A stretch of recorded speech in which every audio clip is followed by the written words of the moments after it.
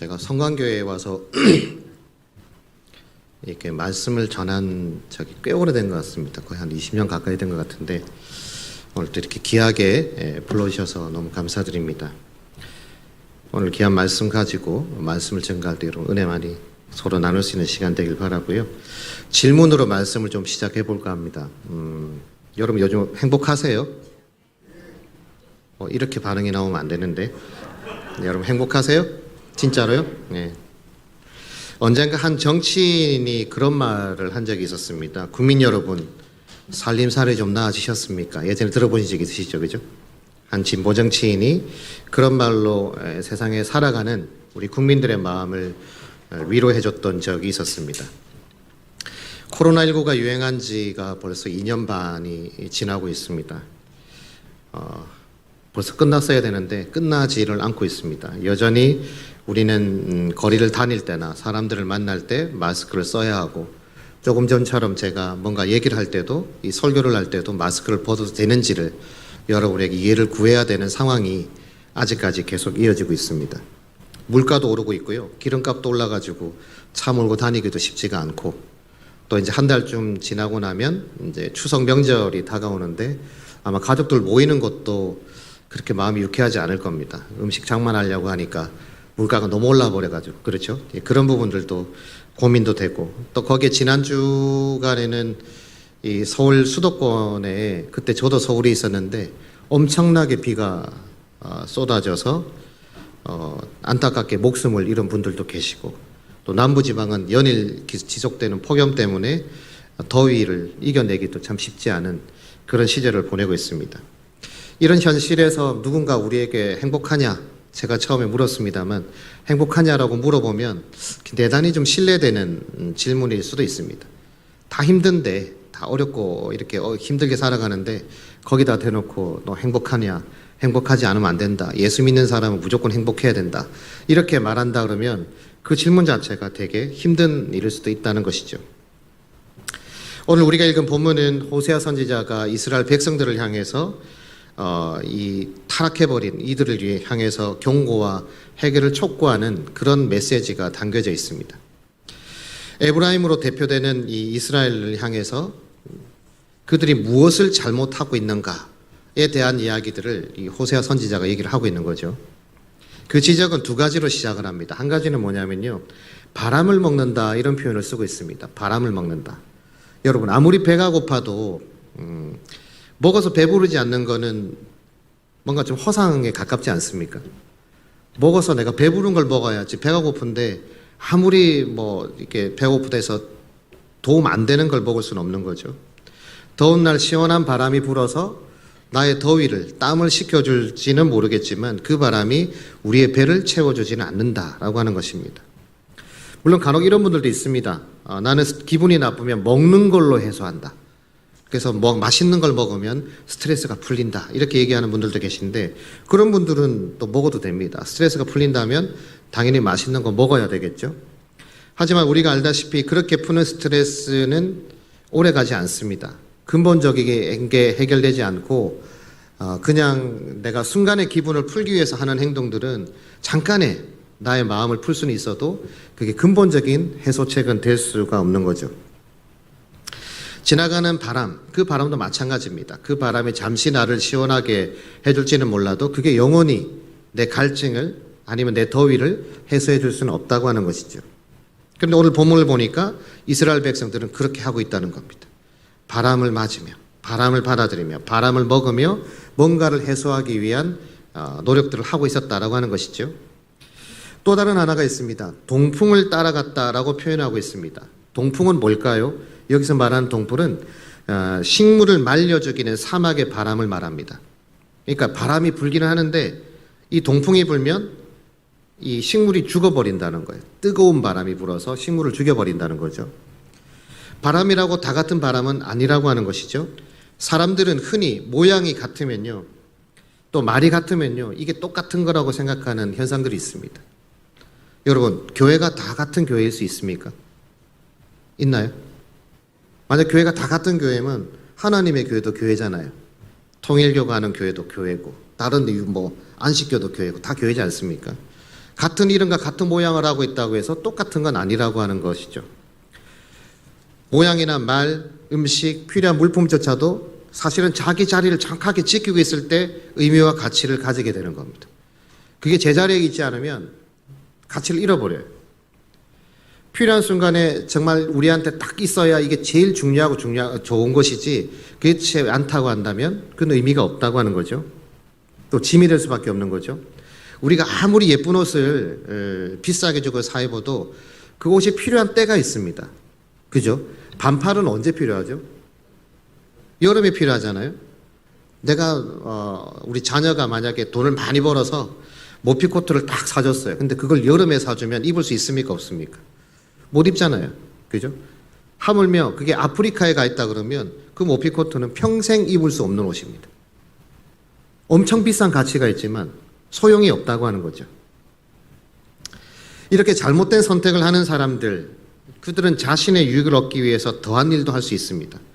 당장의 위기나 어려움을 피하려고요. 자신의 선택이 뭔지도 모르고 잘못된 선택을 서스름없이 할 수 있다고 하는 것이죠. 이스라엘은 바람과 동풍을 쫓는 것에 그치지 않았습니다.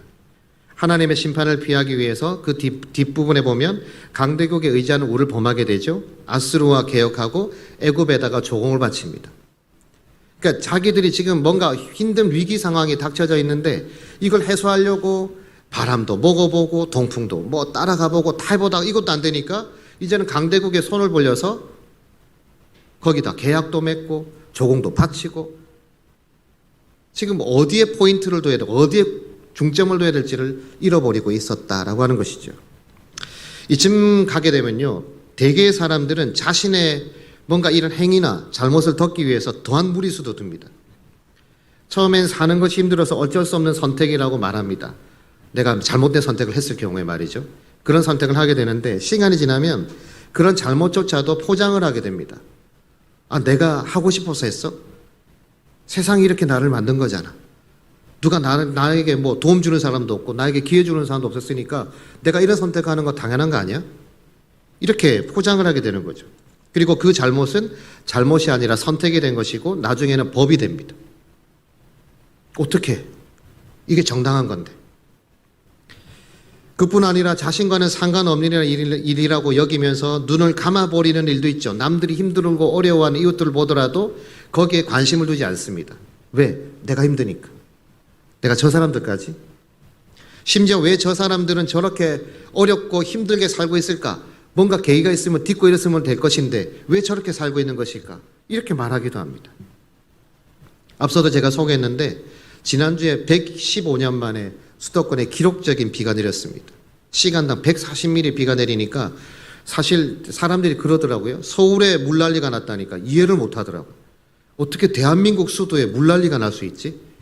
시골도 아니고 부산만 해도 이해되는데 서울에서 어떻게, 그것도 강남 3구만 특별히 제일 잘 산다는 사람들이 모여있는 그곳에 어떻게 물난리가 나고 사람이 죽지?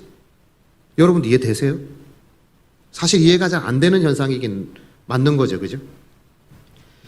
근데 안타까운 소식도 함께 전해졌습니다. 반지하에 살던 40대 자매와 13살밖에 되지 않은 아이가 물에 빠져 죽었습니다. 또 그런 일들, 유사한 일들을 당하고 죽은 사람들이 있었어요. 내가 살아가는 환경이 그렇지 않으면요. 대부분의 사람들은 남의 일에 관심을 안 둡니다. 내가 살아가는 환경과 좀 다르면 거기에 굳이 관심을 두지 않습니다. 정치인들이 찾아갔습니다. 그 반지하가 왜 이러냐. 대통령도 찾아갔죠. 이 반지하 이거 왜 이렇게 됐냐. 왜 사람이 빠져 죽었냐. 이렇게 이제 얘기들을 했어요. 근데 제가 뉴스를 보니까 그 반지하 소식이 딱 나오는 시기가 있더만요. 이렇게 물난리가 나오면 뉴스에 나옵니다. 반지하 대책을 세워야 된다. 여기 사람 살게 하면 안 된다. 안전대책 세워야 된다. 물난리만 나면 이 얘기가 나오는데 끝이고 나면 바람처럼 사라져버리는 거예요. 여기에 대한 소식들이. 아마 지금 대책을 세운다고 하지만 이게 좀 끝나고 나면 역시나 또 다음에 어느 시점에 물난리가 나서 또 사람이 안타깝게 목숨을 잃는 일이 벌어지면 그때 아마 사람들은 또 뉴스를 뒤적일 겁니다. 정치인들은 찾아가겠죠. 치열한 경쟁만 있고 그 현실은 뒤로 한 채 어쨌든 이 코로나 위기도 넘겼으면 좋겠고 이 경제 위기도 좀 넘어가면 이런 현실에 우리가 푹 빠져 있는 동안에 우리는 내가 어디에 무엇을 하며 살아야 하는가 그 방향을 잃게 되는 경우도 허다하게 많더라라고 하는 것입니다. 오늘 본문에 등장하는 야곱 여러분 잘 아시잖아요. 야곱은 태어날 때부터 욕심이라면 역대급입니다. 최고의 인물로 성경에 기록되어 있지 않습니까?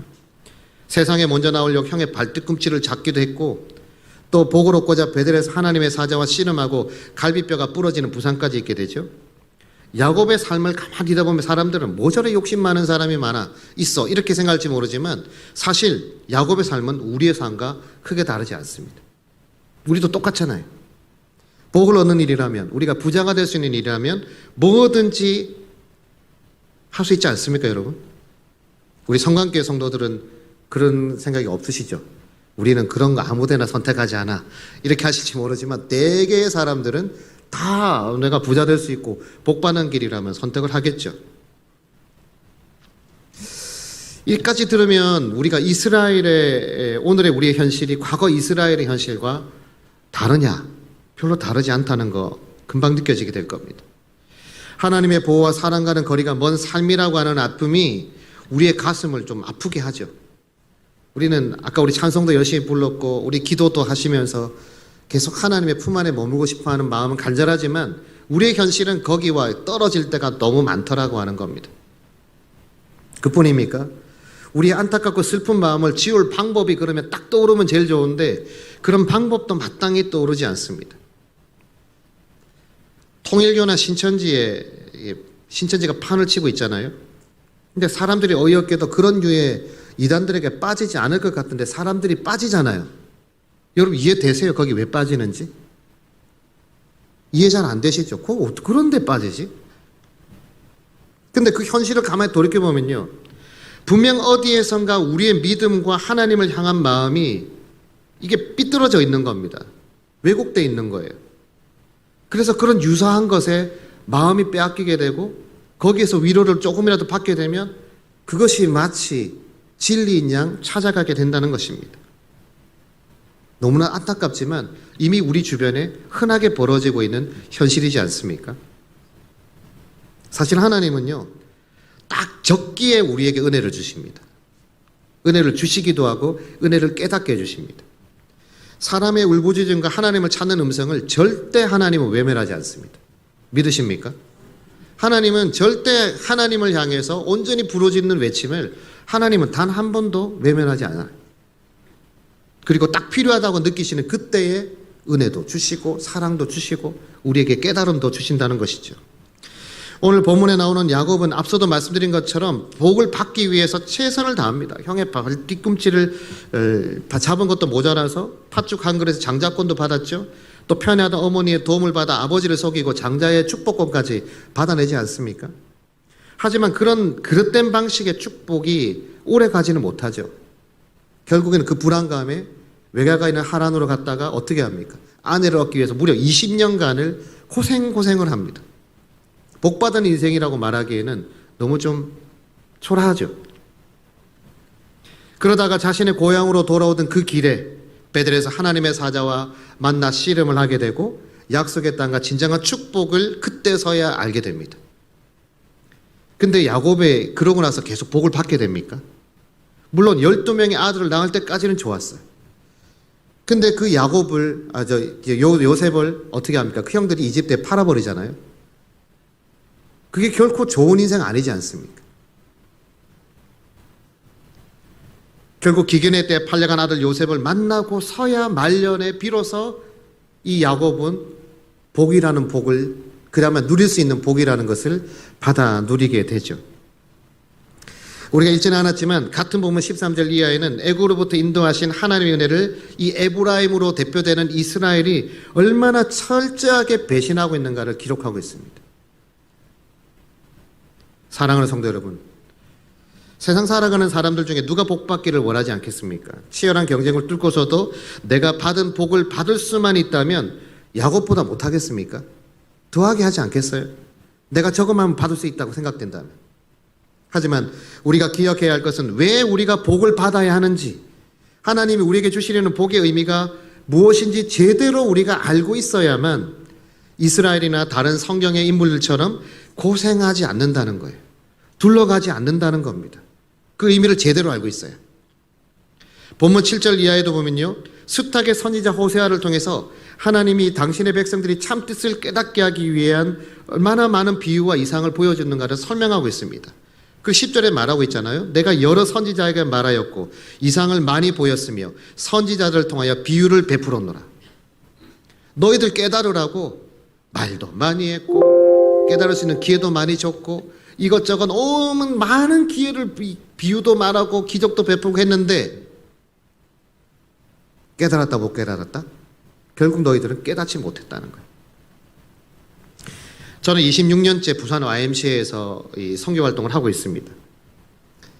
오래 했죠, 그죠? 26년이나 했습니다. 처음에 3년만 하려고 들어갔다가 어떻게 하다 보니까 26년째 하고 있습니다. 그래서 이제 이 사회선교를 하고 있는데 남들이 볼 때 이 YMCA를 보고요, 사람들이 그런 말을 합니다.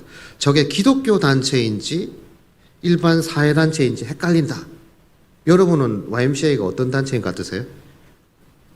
YMCA가 잘 모르세요, YMCA를? 근데 간혹요, 저도 헷갈릴 때가 있습니다. YMCA가 기독교 단체인가? 선교하는 단체인가? 아니면 그냥 일반 사회단체인가? 청소년 단체인가? 막 헷갈릴 때가 있어요. 저희 부산 YMCA가 올해 공식적으로 77주년을 맞이하고 있거든요. 우리 해방둥이거든요. 1945년도에 만들어졌는데 오랜 역사만큼이나 숱한 어려움과 위기를 얼마나 많이 겪었겠습니까? 77년의 세월을 지나왔으니까요. 근데 이렇게 오랜 기간 동안 그래도 뭔가 이 길을 올 수 있었던 이유가 있지 않겠어요? 근데 그 이유는 목적문에서 찾을 수 있습니다. 저희 목적문의 출발이 이렇게 시작합니다. 한국 기독교 청년회는 젊은이들이 예수 그리스도의 복음과 삶을 따라 함께 배우고 훈련하며 라고 시작하고 있습니다. 그러니까 우리의 출발점은 청년들이 예수 그리스도의 복음과 삶을 따라 배우고 훈련하며 살아가는 것을 목적으로 하고 있는 단체인 거죠. 그러다 보니까 이 정신을 잃지 않기 위해서 얼마나 많은 사람들이 좀 고생을 했겠습니까? 이거 지켜야 된다. YMCA가 조금 왜 다른 길로 가려고 그러면 우리의 목적문으로 돌아가야 된다. 목적문의 정신으로 돌아가야 된다. 이런 얘기들을 많이 하거든요. 사실 순간순간 위기도 많이 있었습니다. 근데 그 위기는 언제 찾아오냐니까 그 구성원들이 자기 어떤 생각으로 자기의 역할을 하느냐에 따라서 달라지더라고요. 저 같은 사무총장, 간사들, 또 이사님들 이런 분들이 어떤 생각을 가지고 자기에게 주어진 역할들을 수행하느냐에 따라서 자기 개인 욕심을 차리려고 하면 당연히 조직이 위험에 빠지는 거고요. 그게 아니고 우리가 원래 가려고 했던 그 길의 목적과 정신을 잘 지켜나가려고 하면 또 단체가 또 기우뚱거리다가 다시 자기 자리로 돌아오는 이런 일들이 역사 속에서 계속 지나게 되더라는 겁니다. 결국 그런 마음들이 모아져 가지고 아직 이 지역사회에서 77년이 지났지만 우리가 뭔가 기독교 단체라는 이름을 가지고 지역사회에 선교하고 도울 수 있는 기회를 계속 부여받고 있는 거 아닌가? 저는 그렇게 고백하지 않을 수가 없었습니다. 저는 복음의 역사도 마찬가지죠. 12명의 제자들이 예수님의 곁을 지켰지만 유다는 어떻게 했습니까? 자신의 뜻과 맞지 않는다고 은30장에 자신의 스승을 팔아버리지 않습니까?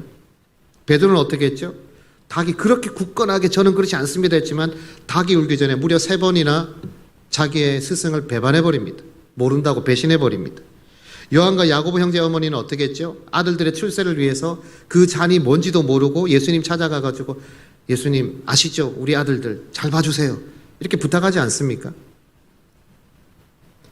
우리가 기억하는 제자들의 삶이 그렇게 지고지순하지만은 않습니다.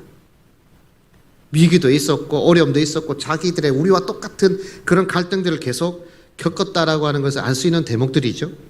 하지만 그들도 그런 위기를 이겨내고 하나님 앞에서 또한 주님 앞에서 겸손한 마음으로 고백하고 돌아오게 되었을 때 어떻게 됩니까? 복음의 시작을 알리는 파수꾼의 역할을 할 수 있게 된 것이죠. 사람의 마음이 바뀌었을 때, 중심이 돌아왔을 때. 사도 바울 역시 마찬가지죠. 스데반 집사가 죽음을 맞이하던 그 순간에 증언대에 쓰기도 했고 죽음을 당하는 거라고 여기기도 했습니다. 그리고 또 다른 예수쟁이들을 잡기 위해서 다메섹으로 가다가 그 도중에 부활하신 주님을 만나게 되잖아요. 그리고 인생이 변화되지 않습니까? 결국 우리에게 필요한 건 뭐냐면 우리의 중심을 잘 잡고 우리의 정체성을 제대로 아는 것에서부터 출발해야 됩니다. 사람이 흔들리면요, 중심이 무너질 때 생겨요. 첫 마음을 잃어버리고 우리의 보여지는 눈의 현상에 마음을 딱 빼앗기는 순간 비정상적인 선택을 하게 돼요. 잘못된 선택을 하게 된다고. 여러분들 잘 보십시오. 운전하다가 사고 나잖아요. 운전하다 사고 날 때 왜 사고 나는지 아세요? 100% 그 사고 나는 차 뒤에서 보고 있으면 저 차 왜 저러지 하면 사고 납니다. 아마 운전하시는 분들은 아실 거예요. 앞차가 이상해요. 저 차 왜 저러지 하면 탁 사고가 나요. 그 사람이 생각을 딴 데 먹고 있는 거예요. 딴 데 가지고 있는 거라고. 우리의 믿음과 신앙생활도 똑같습니다. 우리의 중심이 바로 딱 서 있으면 어지간한데 흘리지 않습니다. 위기는 올 수 있지만 그렇다고 쓰러지거나 넘어지거나 하지 않습니다. 근데 그 중심이 어딘가 흔들리고 무너질 때 사람들은 흔들리는 거예요. 시험에 들어오는 겁니다. 하나님으로부터 숱한 은혜와 사랑을 받았던 이스라엘 백성들, 애굽에서 노예 생활을 하며 야훼 하나님을 향해 구원의 은혜를 달라고 그토록 외쳤고, 그 지도자 모세를 만나 홍해의 기적도 체험했고, 약속의 땅 가나안으로 이제 가기만 하면 되는 그 순간이었는데 결국 중도에서 어떻게 합니까?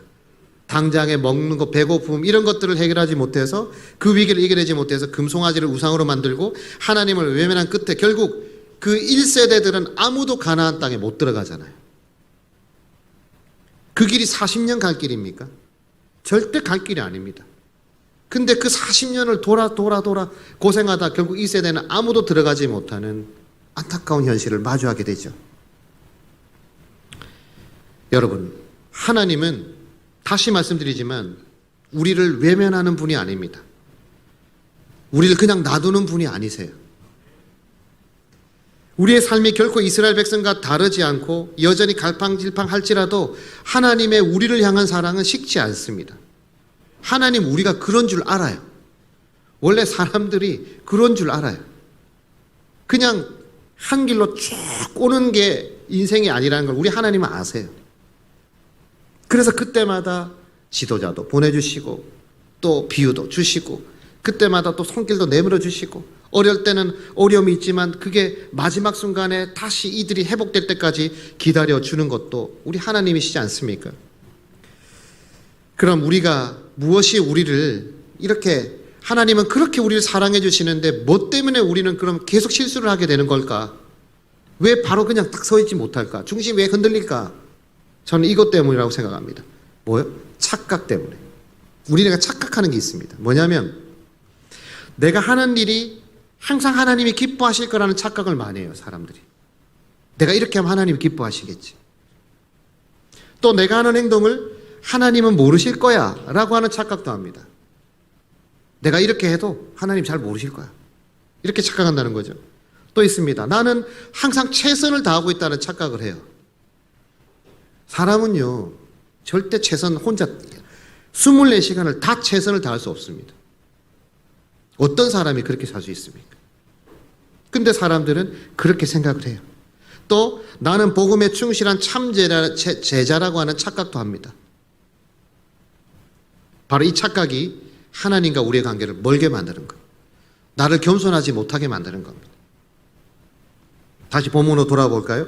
본문 5절에 여호와는 만군의 하나님이시라, 여호와는 그를 기억하게 하는 이름이라고 성경은 기록하고 있습니다. 여호와는 만군의 하나님이라, 하나님을 지칭하는 그 이름 여호와. 우리가 누군가를 기억할 때 뭘 기억합니까? 그 사람의 이미지를 기억합니까? 뭘 기억하죠? 사람의 이름을 기억해요. 그 사람의 이름을 기억하고 어딘가 내가 가본 곳이 있으면 그 지명을 기억합니다. 습관처럼 부르는 이름이 아니라 그 여호와라고 하는 이름을 통해서 기억하는 하나님, 그 이름을 부름으로써 우리가 기도하는 순간에, 찬양하는 순간에, 말씀을 읽는 순간에 그 순간순간에 여호와라고 하는 이름을 부르면서 기억하는 그 하나님. 지금 성경은 그 얘기를 하고 있는 겁니다. 그 이름은 우리의 가장 깊은 가슴으로부터 불러 올릴 때 비로소 하나님은 만군의 여호와, 만군의 하나님이 되신다는 거예요. 나의 주인이 되신다는 겁니다. 나와 친밀한 관계를 유지하는 하나님으로서의 의미를 가지게 된다는 겁니다. 그냥 이름을 외울 때, 그 이름으로 내가 기억할 때. 저는 이 말씀이 오늘 깊은 감동을 저에게 주었습니다. 이 본문을 묵상할 때 이 말씀이 그렇다. 나도 잊고 살았다. 그냥 습관처럼 부른 거였는데 그 이름을 부르는 속에 나는 하나님과 분리될 수 없다고 하는 것을 알게 된 거죠. 이 말씀 한 구절에서. 또한 이 말씀이 감동을 주는 이유는 우리는 여호와는 그분에 집중하지 않고 변화무쌍한 상황이나 그 결과에 어떻게 집착해서 여호와를 잘못 이해한 순간이 너무도 많았다라고 하는 것을 깨닫게 되는 순간에 바로 그런 느낌이 들었던 거죠.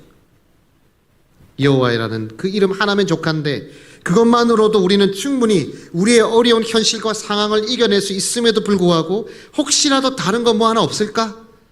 이런 기대감, 이런 걸 가지다가 그런 상한 마음을 놓지 못하는 그런 상황을 여러분들은 겪고 있지 않은지를 지금 이 시간에 묻고 싶은 겁니다. 호세아 선지자는 이어서 말합니다. 그런즉 너의 하나님께로 돌아와서 인애와 정의를 지키며 항상 너의 하나님을 바랄지니라. 이렇게 말하고 있습니다. 여러분, 돌아오십시오. 어디 자꾸 다니지 마시고 그냥 하나님의 품으로 돌아오십시오. 여러분의 하나님께로 돌아오는 게 중요한 겁니다. 여기 계신 우리 어르신들, 우리 성도님들, 이런 분들 그럴 때 있잖아요. 사람인데 자녀들한테 서운할 때도 있고 또 뭐 어디 친구들한테 서운할 때도 있고 성도들 간에 서운할 때도 있고 목회자에게도 서운할 때도 있고 교회도 서운할 때가 있지 않습니까? 그렇지 않아요? 근데 그냥 우리 뭐 그런 거 저런 거 서운함 다 내팽개치고 그냥 내 하나님의 품으로 돌아와 있으면 그냥 그 품에 머무를 수만 있다면 그걸로 족하지 않습니까? 더 많은 게 필요할까요? 사람이 서운한 마음을 가지는 것에는 끝이 없습니다. 조금만 잘해주다가 자신의 기대에 조금만 미치지 못하면요 금세 서운한 감정이 듭니다. 상대가 어떤 상황에 놓였는지 어떤 일을 하든지와는 상관이 없습니다. 내 기대에 미치지 못하면 다 서운한 마음이 들어요. 저도 예외적이지 않습니다. 내가 이만큼 기대한 게 있는데 거기에 못 미치면 그냥 서운하더라고요. 또 마음에 상처가 생기고 세상과 사람들이 싫어지기도 하죠. 근데 거꾸로 뒤집어 볼게요. 만일 하나님이 우리를 보실 때 여러분 어떠실까요? 서운한 걸로 따지면 비교할 바가 될까요? 우리가 이런저런 핑계를 대며 하나님의 품이 아닌 세상과 다른 곳에서 머무고 있다면 과연 우리가 하나님께로부터 받은 사랑이 자리할 공간이 우리에게 어디에 있겠습니까? 그럼에도 하나님은 말씀하십니다. 나의 품으로 돌아오라고요. 내 품으로 돌아오라고요. 그러면 내가 너희를 지켜줄 거라고 말이죠. 나에게 돌아와 인애와 정의로운 마음으로 그냥 나만 바라보라고 말입니다. 이런 하나님, 여호와라는 이름으로 기억되는 우리의 아버지 되시는 하나님의 품에 여러분 돌아오지 않으시렵니까? 아니요. 나는 이미 하나님 품에 항상 머물고 있는데요. 그건 대단히 큰 축복입니다. 그건 계속 누리셔야 됩니다. 이미 세상 어디에서도 받을 수 없는 복을 이미 가지고 계신 거예요. 그러나 사람은 그럴 가능성이 별로 높지 않습니다. 왔다 갔다 하는 거예요. 근데 왔다 갔다 하지 마시고 갔다 하더라도 다시 돌아올 수 있는 그런 마음을 가지는 성관계 성도 여러분 되시기를 주의 이름으로 간절히 축원을 드립니다. 세상이 정말 요즘 시끄럽죠. 주변을 둘러보면 좋다고 말하는 사람보다 안 좋다고 말하는 사람들이 훨씬 더 많습니다. 힘들고 어려울 때 우리가 선택할 수 있는 것은 옳은 것보다는 그릇된 선택을 할 가능성이 훨씬 더 높습니다. 이스라엘 백성들은요 참을성이 부족했습니다. 조금만 힘들어져도 참지 못하고 다른 곳으로 눈을 돌렸지요. 그래서 하나님 말씀하십니다. 내게로 돌아와서 인애와 정의를 지키라고 말입니다. 제가 지난 한 달간 서울에 있었습니다. 서울에 있었는데 뭐에 서울에 있었냐니까 저희가 이 재동포 재단이라고 하는 곳이 있습니다. 거기랑 하는 모국연수 사업이라는 게 있어요. 대학생들. 쉽게 말하면 재동포 대학생들을 국내로 초청을 해가지고 이 모국 대한민국의 어떤 문화나 역사 이런 것들을 이렇게 경험하게 하고 그들이 다시 정체성을 회복하게 만들어주는 그런 프로그램입니다. 1, 2차를 했는데요. 올해 한 300명 넘는 재외동포 대학생들이 왔고 국내에 있는 대학생들하고 해서 거의 한 400명 이상의 인원들이 함께 이렇게 7박 8일 동안 연수를 진행했습니다. 코로나19 때문에 너무 힘들기도 했지만 다행히 하나님의 은혜로 무사히 안전하게 다 진행됐는데 우리가 흔히 이 친구들은 언어를 다중 언어를 쓰잖아요. 영어를 잘하는 애들도 있고요. 러시아 말 잘하는 애들도 있고요. 스페인어를 잘하는 애들도 있고요. 뭐 일본어, 중국어 뭐 잘하는 애들 너무 많습니다. 그래서 국내에서만 자란 아이들이 그 친구들을 딱 바라보면 이렇게 얘기합니다. 너무 부럽다. 쟤도 태어날 때부터 저렇게 다양한 언어를 쓸 수 있으니까 얼마나 부러워. 다 이렇게 생각했는데 이 캠프에 딱 참여해보면 그게 아니라는 걸 대반에 느낍니다. 왜 느끼는 줄 아세요? 얘들이 외모는 동양스럽잖아요. 대개가 다. 그죠? 근데 얘들은 미국으로 치면 미국인으로 성장한 거잖아요. 영어도 뭐 바다 발음으로 잘합니다. 그냥 뭐 완전 뭐 미국식 스타일로 잘합니다. 생각하는 것도 다 미국식입니다. 근데 얘들은 미국 사회에서 절대 주류가 될 수 없는 거예요. 왜? 외모가 동양인이라서. 근데 이 친구들이 국내로 와요. 오면 뭐라고 부르냐니까 자기들은 모국이라고 찾아왔는데 오면 뭐라고 부르니까 외국인이라고 얘기합니다. 얘들 보고. 맞잖아요. 한국말 잘 못하고 하면 떠듬떠듬하고 그냥 영어는 바다처럼 영어는 잘하고 그러니까 그 뭐 다 외국 이거 뭐야 여권도 보면 미국 여권 쓰고 있고 뭐 러시아 여권 쓰고 있으니까 다 외국인처럼 생각해 버리는 거예요. 얘들이 다 느끼는 게 정체성의 혼란을 느끼는 거예요. 나는 누구? 여기는 어디? 이렇게 되는 거죠. 이런 친구들을 위해서 저희가 모국여주 사업이라는 걸 하고 있습니다. 2017년부터 저희 부산 IMC가 하고 있는데 그래서 너무 이 행사를 7박 8일을 보내고 나면요. 이 아이들이 다 거의 비슷한 고백을 합니다. 나는 이제 내 정체성을 알게 되었다고. 나는 비록 미국 시민권을 가지고 있고 또 나는 뭐 러시아의 여권을 가지고 있지만 나는 코리안이라고. 나는 이제 비로소 내가 한국 사람이라고 하는 것을 깨닫게 되었다고. 이렇게 얘기하고 갑니다. 이걸 제일 잘하는 데가 어디입니까? 이스라엘입니다. 이스라엘 1년에도 수만 명의 나가 있는 유대인 청소년, 청년들을 모국으로 불러서 훈련시켜서 보냅니다. 이스라엘의 아픈 역사, 애굽의 노예 생활했던 그 역사부터 시작해서 그런 역사들 다 가르쳐서 보내요. 제가 마지막에 왜 이 말씀을 드리느냐? 우리의 고향은 어디입니까? 하나님의 품 아닙니까? 우리가 어디에서 우리의 정체성이나 우리의 중심을 다시 회복할 수 있느냐? 세상에 우리는 일주일 동안 나가 살잖아요. 그렇지 않습니까? 일주일 동안 나가서 살다 보면 헷갈릴 때가 되게 많습니다. 내가 기독교인인지, 내가 뭐 교회를 다니는지 아닌지, 이것도 헷갈릴 때가 되게 많습니다. 근데 여러분이 일주일에 한 번이 됐든, 혹은 수요일이 끼어있든, 구역 예배가 됐든, 어떤 경우에라도 다시 내가 하나님의 품에 있는, 하나님의 말씀이 있는 이곳에 돌아와서 여러분들이 예배드리고 말씀 있고 찬양하는 그 순간에 내 고향은, 나의 정체성은 바로 하나님의 품이다. 이걸 고백하고 깨달을 수 있는 믿음의 고백이 저는 있기를 바라는 겁니다. 그래서 저는 그 친구들이 돌아갈 때요. 진짜 마지막 폐회식 할 때 되면 가슴이 뭉클해집니다. 언제 봤다고 일주일 본 아이들끼리 서로 부둥켜 안고 울고 눈물 흘리고 다시 연락하자. 우리는 또 내가 어디 가 있든지 우리는 다시 만날 수 있을 거야. 아니 일주일 동안밖에 안 지낸 애들이 그렇게 애절한 얘기를 할 수 있다는 건 저는 진짜 이게 기적이라고 생각합니다. 근데 그게 뭘까? 그게 정체성이라는 거예요. 우리에게는 한국인의 정체성도 있지만 우리에게는 또 어떤 정체성이 있습니까? 우리는 하나님의 아들, 딸이라고 하는 정체성이 있는 사람들이잖아요. 맞잖아요. 그러니까 그런 자부심 가지고 있어야 되는 거잖아요. 코로나 초창기에 우리가 좀 교회들이 어려움을 겪었다고 해서 위축될 이유가 뭐 있습니까? 더 많이 지역사회 봉사하고 더 많이 필요한 소금과 빛과 소금의 역할을 하면 되는 거 아니겠습니까? 다시 교회의 사회적 영향력을 회복하면 되는 거 아니겠습니까? 그게 하나님이 주시는 메시지지 않습니까?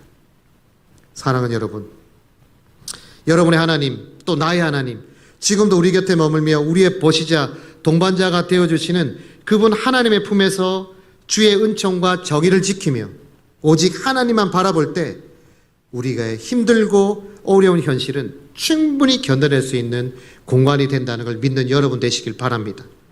이런 믿음으로 현재의 상황들 이런 것들 다 뛰어넘고 오직 하나님이 보여주시는 그곳, 하나님이 우리에게 만들어주시는 그곳, 그 희망으로 다시금 회복되고 일어서고 나아갈 수 있는 우리 성광교회 성도님들 다 되시기를 다시 한번 주의 이름으로 간절히 축원을 드립니다.